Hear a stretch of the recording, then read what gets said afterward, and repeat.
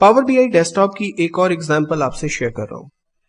मेरी company actually 4 different regions east, north, south और west region के अंदर सेल्स जनरेट करती है और मेरे पास चारों रीजन से जो है वो बुक्स आई हुई हैं जिसमें सेल्स का डाटा मौजूद है और हर रीजन के अंदर actually sales different managers generate कर रहे हैं।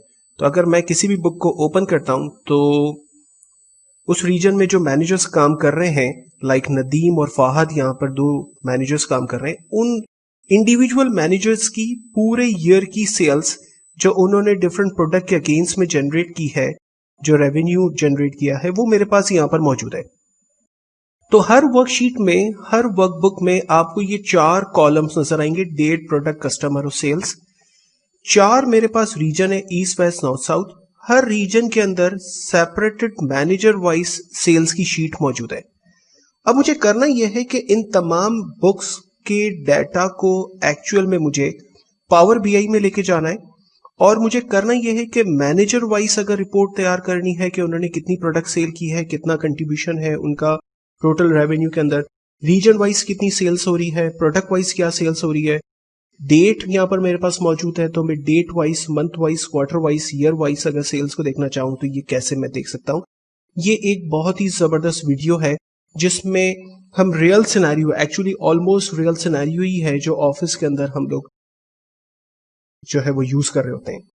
तो ऐसा करने के लिए मैंने पावर बीआई को सबसे पहले ओपन किया है। क्योंकि मेरी सारी मास्टर फाइल एक फोल्डर में मौजूद है, इसलिए मैं गेट डाटा की कमांड को इस्तेमाल करते हुए मोर के ऑप्शन में चला जाता हूं और यहां से मैंने फोल्डर के ऑप्शन को सेलेक्ट किया एंड देन मैंने कनेक्ट के बटन पे क्लिक कर दिया।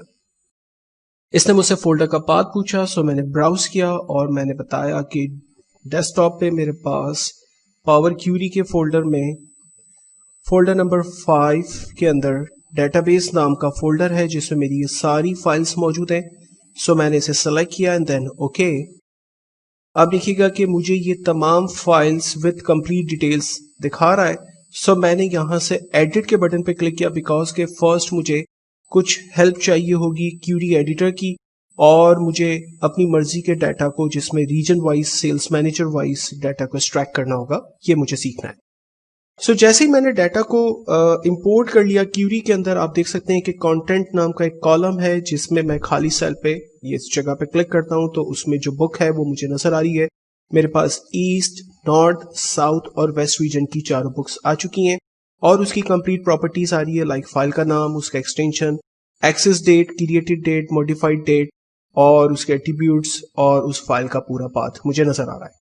अब मुझे करना यह है कि फाइल का जो नाम आ रहा है इसमें से मुझे रीजन्स चाहिए, ईस्ट, वेस्ट, नॉर्थ, साउथ, ताकि अगर मुझे ऐसा डैशबोर्ड क्रिएट करना हो जिसमें मुझे रीजन वाइज सेल्स दिखानी हो, चाहे उसमें 1 मैनेजर है या 2 मैनेजर है, लेकिन पूरे रीजन की एक्चुअल सेल्स किया है, तो वो मुझे दिखाने में हेल्प करेगा। तो ऐसा करने के लिए मैंने नेम, ये जो रीजन्स के नेम आ रहे हैं, इस कॉलम को मैंने सेलेक्ट किया हुआ है और होम के टैब से मैंने स्प्लिट कॉलम के ऑप्शन पे क्लिक करके बाय डिलिमिटर पे क्लिक किया और मैंने कहा कि सेलेक्ट और इंटर डिलिमिटर में स्पेस जहां मिले वहां से at the left most delimiter से इसको सेपरेट कर दे जहां आपको स्पेस मिले। सो ये क्या करेगा, ईस्ट, नॉर्थ, साउथ, वेस्ट को सेपरेट करेगा बिकॉज के जहां से उसको स्पेस मिल रहे हैं।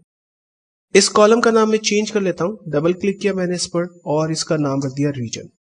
अब मुझे सिर्फ कंटेंट और रीजन के कॉलम की जरूरत है, बाकी कॉलम्स मुझे जरूरत नहीं है। सो मैंने इन दोनों कॉलम्स को शिफ्ट के साथ सेलेक्ट किया, राइट क्लिक किया कॉलम पे और रिमूव अदर कॉलम्स पे क्लिक किया, तो सिर्फ मेरे 2 कॉलम्स रह गए और बाकी कॉलम्स मेरे खत्म हो गए। अब आप देख सकते हैं कि कंटेंट के कॉलम में ये जो बाइनरी के सेल पे जब मैं क्लिक करता हूं तो इसमें बुक्स मुझे नजर आ रही है। अब मुझे इसकी बुक्स को एक्सट्रैक्ट करना है, राइट।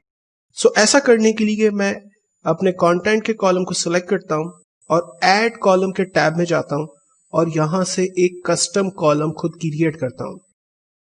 कस्टम कॉलम में कॉलम का नाम मुझसे पूछता है, तो मैंने इसका नाम दे दिया फॉर एग्जांपल गेट डाटा और यहां एक फॉर्मूला हम लिखेंगे जो हमारा अपना कस्टम फॉर्मूला होगा। यहां जो भी आप फॉर्मूला लिखेंगे वो केस सेंसिटिव होगा, इस बात का आपको ख्याल रखना है। सो मैंने फॉर्मूला लिखा Excel dot workbook bracket open. Excel की वर्कबुक को एक्सट्रैक्ट करें और किस में से एक्सट्रैक्ट करें? सो मैंने कहा कि कंटेंट नाम का अवेलेबल कॉलम है, मेरे पास दो कॉलम है, कंटेंट और रीजन। मैंने इसमें से कहा कंटेंट के कॉलम को एक्सट्रैक्ट करें एंड देन ब्रैकेट क्लोज।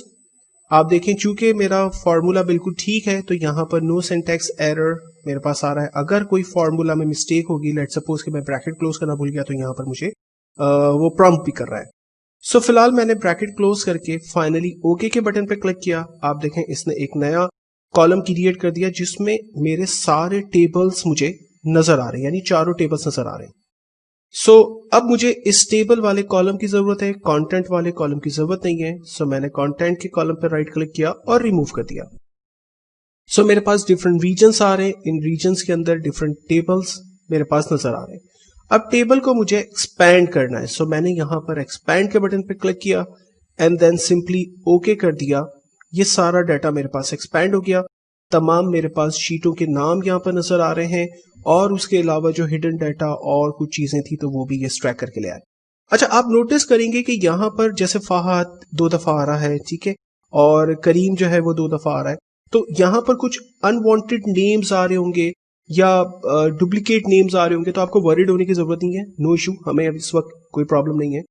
हम इसमें इस गेट डाटा आइटम के कॉलम पे डबल क्लिक करते हैं और इसका नाम रख देते हैं सेल्स मैनेजर, बिकॉज कि हमारे सारे सेल्स मैनेजर हैं। अब मेरे पास क्या चीजें आ गई? रीजन आ गया, उनके सेल्स मैनेजर्स आ गए, सेल्स मैनेजर्स के कॉलम को मैंने ड्रॉप कर दिया पीछे की तरफ, ड्रैग एंड ड्रॉप। और गेट डाटा के अंदर स्टिल अभी तक मेरा डाटा मौजूद है, हर शीट का जो डाटा है वो मुझे यहाँ टेबल में नजर आ रहा है। सो मैंने इस कॉलम को भी लिटिल बिट ड्रैग किया पीछे की तरफ, तो ये 3 कॉलम मेरे लिए अब इंपॉर्टेंट है, रेस्ट ऑफ द कॉलम सब मेरे लिए इंपॉर्टेंट नहीं है। सो मैंने अपने तीनों कॉलम को सेलेक्ट किया जिनकी मुझे जरूरत है, राइट क्लिक किया एंड रिमूव अदर कॉलम कर दिया, जो अनवांटेड कॉलम से उनको मैंने खत्म कर दिया।